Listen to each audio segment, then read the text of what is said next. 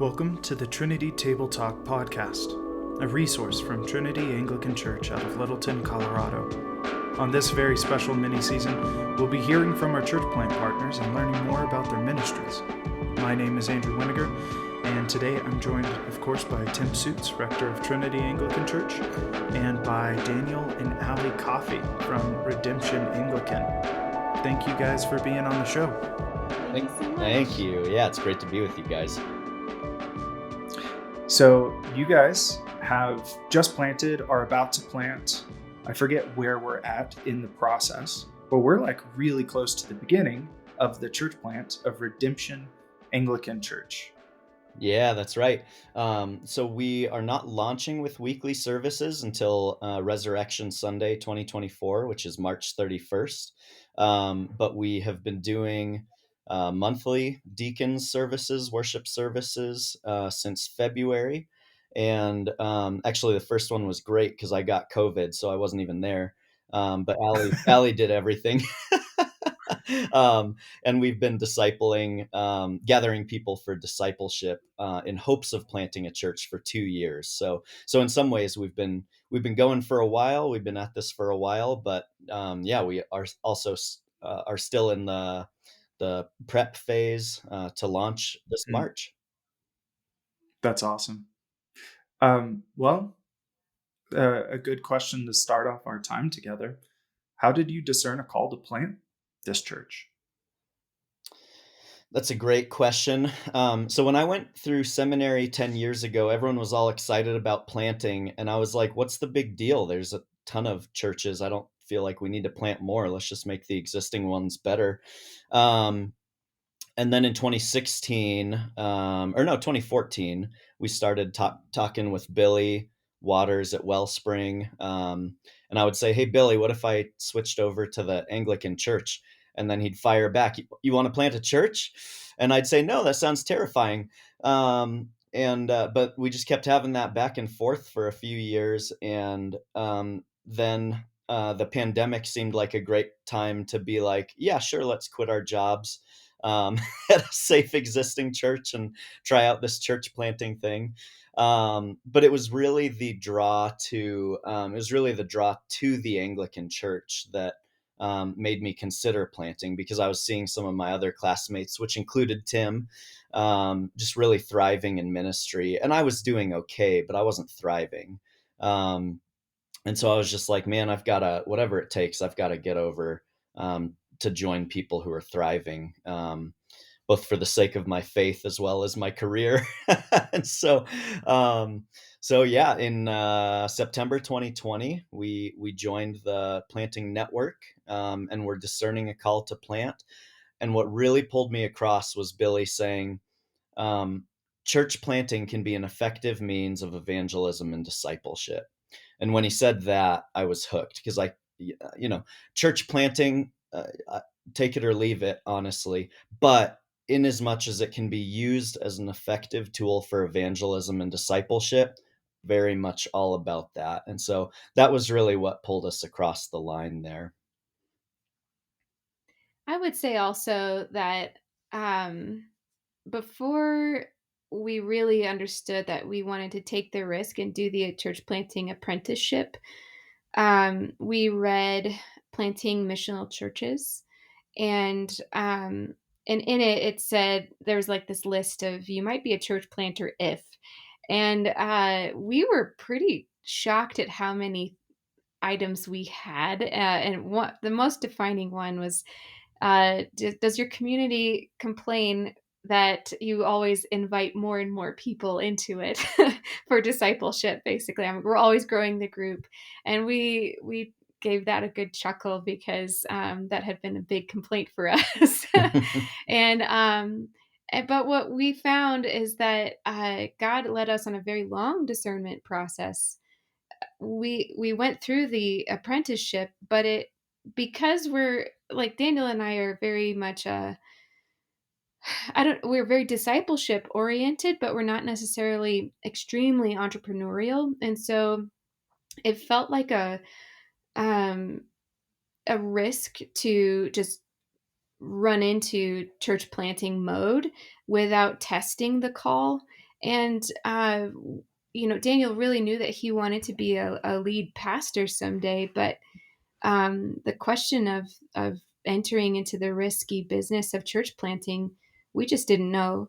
And so what we did, we took we took this call to from John 15, that if we abide in the vine, if we abide in Christ, then we will bear much fruit.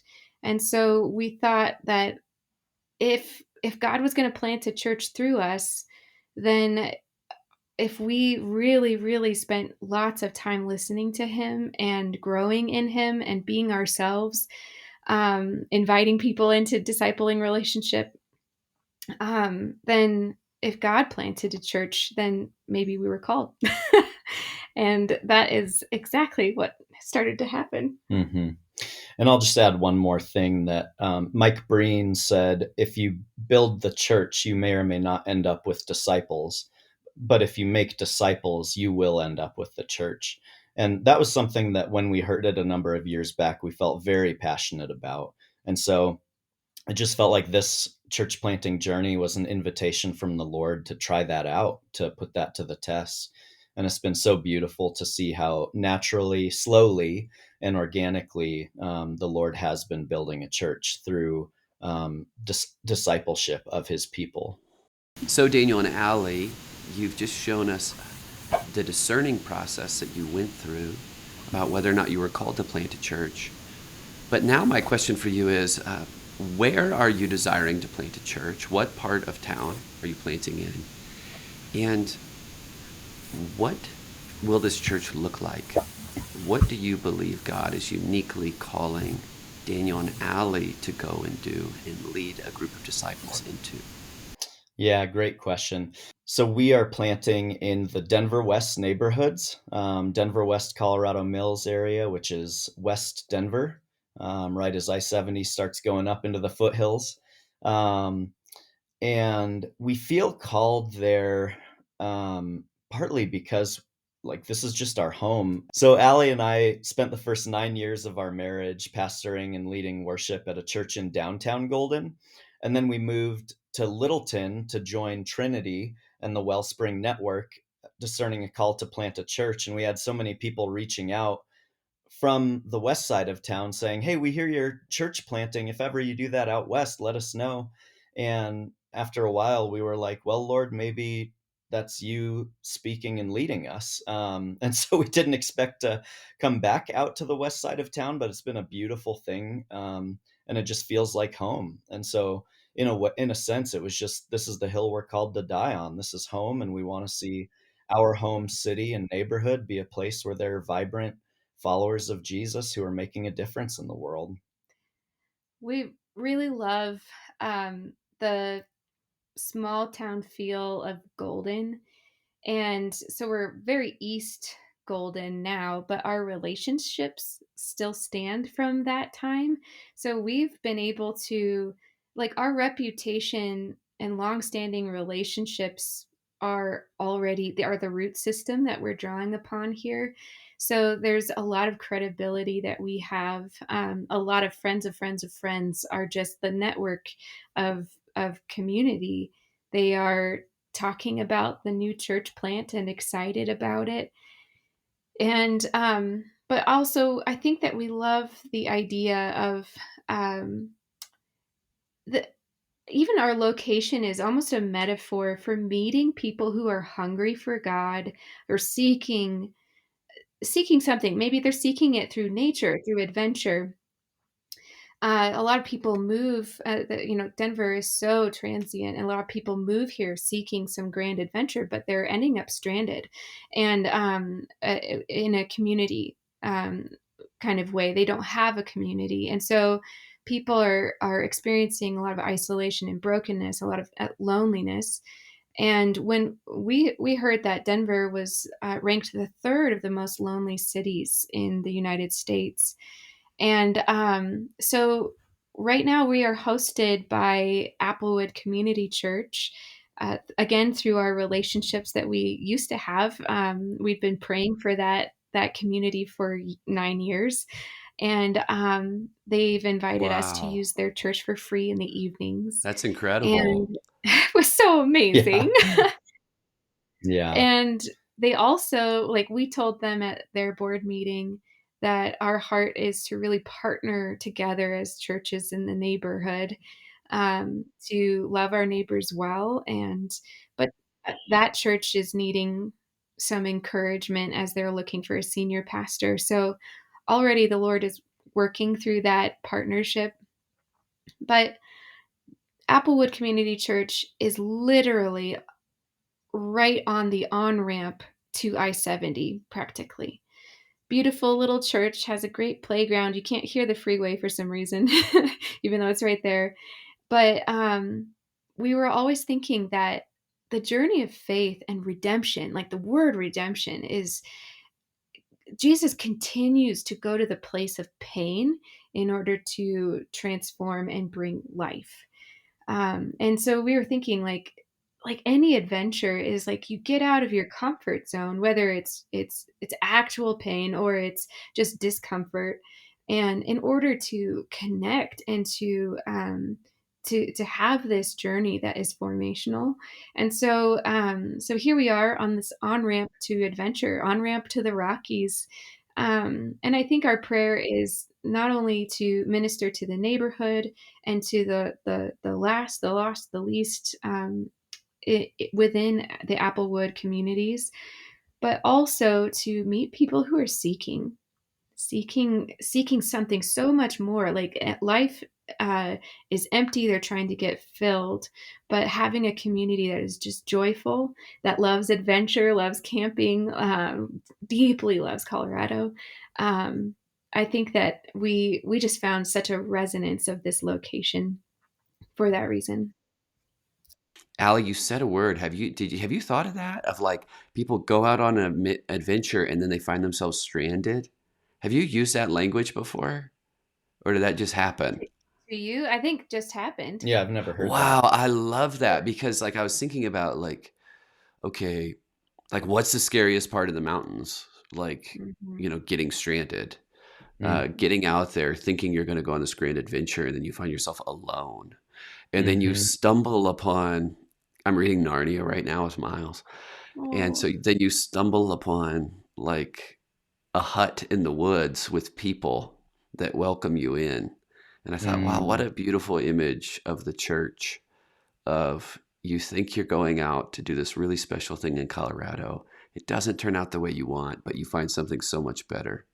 Mhm. Um, Mm. anyway, there's like a fairy tale image in there, but That image is really pretty perfect, actually, because yeah, as Ali was saying, so many people move out here for the mountains, for their adventure lifestyle post college or whatever, and then yeah, they end up because they're seeking adventure, they end up without friends, without community that are meaningful, and so if they do end up hitting hard times, they don't have community around them to support them. And Allie and I feel very strongly that the Lord has called us to build a community, to build a community of healthy relationships with God and with each other, relationships of vulnerability, of Mhm. honesty, of true safety. And that word's been co-opted by our culture, but what we mean by that is the safety in the gospel. That even though Jesus asks us to do really difficult things sometimes in life, that following him as our good shepherd, as our guide, is really the only safe place to be. It'll hurt sometimes, it'll be painful, but it is safe because he's the one who's leading us, and he's not just leading us alone, but he's leading us in community and with community. And nobody is or should be better postured than the church right now to build healthy community in a society, in a world, in a city that is increasingly isolated and too busy and anxious and depressed. so often planters get caught up in what is our missional methodology going to be? And what I'm hearing you say, and correct me if I'm wrong, is the health of the community saturated in the Holy Spirit is the missional methodology. Am I hearing you correctly? Absolutely. Yeah, yeah, Hmm. Yeah. definitely. And I think anybody who knows you too knows that's who you are. That is who Daniel and Alli are people that foster community that actually uh, is communal. Doesn't just say it, but actually lives that reality out. So I can think of no two better people to do that. So, can I ask you another question? Um, what does a pre launch phase look like for you all? I think we're what, 6 months out from a desired launch? We're getting close to Yeah, that. Woo! So, what yeah. does a pre launch season look like? I remember Derek Roberts and I uh, just frantically pretending like we knew what we were doing for 6 months as Amen. we Amen. launched out what was then called Wellspring Littleton and now Trinity Anglican. But you two are much more mature than we were. So, what does your pre-launch look like? Yeah, I'm so glad you point that out, Tim. We are so mature. Um, um, yeah, I mean, really, it feels like in some ways it's keep doing what we're doing. Keep discipling people, keep meeting for prayer, for worship, and in some ways it is taking a shift and ramping up. And so, in addition to regular discipleship and worship, we will be starting in the coming weeks and months to have strategic meetings of our launch team, empowering people into key positions of leadership around leading life groups, managing our website, and everything in between. Um, and so empowering the people of God for the mission of God, in worship formation and out mission as outreach. And so it's a lot of pulling a team together, a lot of galvanizing, a lot of helping people find their gifting, their calling, their place in the church, and then just seeing where the Lord leads us in that, and really unleashing the community to be the body of Christ on the west side of Denver. So, Uh, go ahead, Allie. Sorry, go ahead. oh, another thing that we're finding, we're not incredibly gifted in admin work. And so there's a lot of admin prep to do for starting a new organization. So we are leaning and depending on people who have gone before us in the Wellspring Network, but um, also the Sacred Grace has offered us some that they're infrastructure builders. They're helping us with our website, helping us to they said you need business cards, and a few days later they had business cards for us. So it's such a godsend. But even so, like the nitty gritty things of like buying a preacher mic. Which one? How expensive can we afford? And how, uh, a sound system, and creating infrastructure of like how to help our volunteers set up and clean up without disrupting Applewood's existing um, setup too much. So a lot of it is like these really tiny details that I am not incredibly gifted at, but the Lord is. eh, I trust He will continue to lead us, even despite that difficulty for me. Daniel and Allie, how can people reach out to you if they feel called to join your launch team? Yeah, great Or question. if they have a friend on the west side of town, they have a child on the west side of town, they have a relative on the west side of town, how can we connect people with you? Yeah, great question. Probably the easiest way is just through our website, which is www.redemptionanglican.org. And from there, we've got a Be Involved page where people can let us know that they're new to the community, wanting to get involved, wanting to receive the newsletter, wanting to pray, to give, to visit a worship service. So all of our worship services, discipleship groups, men's groups, and women's groups are on that page. Yeah, Great. and there are so many different ways to be involved with us. Like, uh, e- so many people, if they've discerned that they're not called to plant with us, also so many people are praying for us, which helps so much. Friends of friends of friends are telling Mm-hmm. people, go check them out. So that's been really wonderful. We've had people feel called to financially support from within the community, also from outside of the community. And it's so exciting because the greater the financial support, the better chance that we have of being able to hire additional staff. So we have somebody right now who is she's stepped up to be a children's pastor tentatively, and she's doing a phenomenal job. And the children are so happy, and it's really exciting to see them love to come to church. But right now we haven't had the ability to compensate her. So it's just incredible that as the finances become more healthy, that we will be able to expand our team. Um, and then another thing is that people inside the community and outside, they're also invited into discipleship.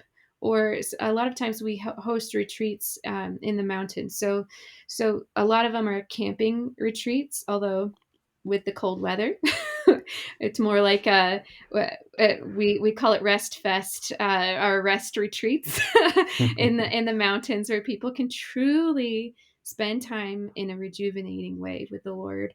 So we've had people who have discerned, oh, I'm not called to join Redemption, but I'm still called to be part of the extended family. And some of them come and return and still travel along with us in that way. But if you feel called to discern and to really join in, we would love to get coffee with you. We are the Coffeys. Come, let's get some coffee together. I was roasting coffee even this morning, actually. So There you it's my go. side hustle. There you go. But we Well, would love to connect personally. Yeah. thank you both for taking time to be with us. Please know that you are in our prayers. We are grateful for you. We are proud of you. And I think we all just can't wait to see what God does on the west side of town. I think we all know a few things. It's going to have really good coffee, incredibly good worship, an amazing culture of discipleship, and a heart for Jesus Christ. And I cannot wait to see how all of those come together under your unique leadership to serve our city, but most of all to serve our sovereign Lord. So thank you both so much. Thank you for joining us on today's episode. For more information about Daniel, Alli, and everything that's happening at Redemption Anglican, visit redemptionanglican.org. And for more information about Trinity Anglican Church, visit trinitylittleton.com.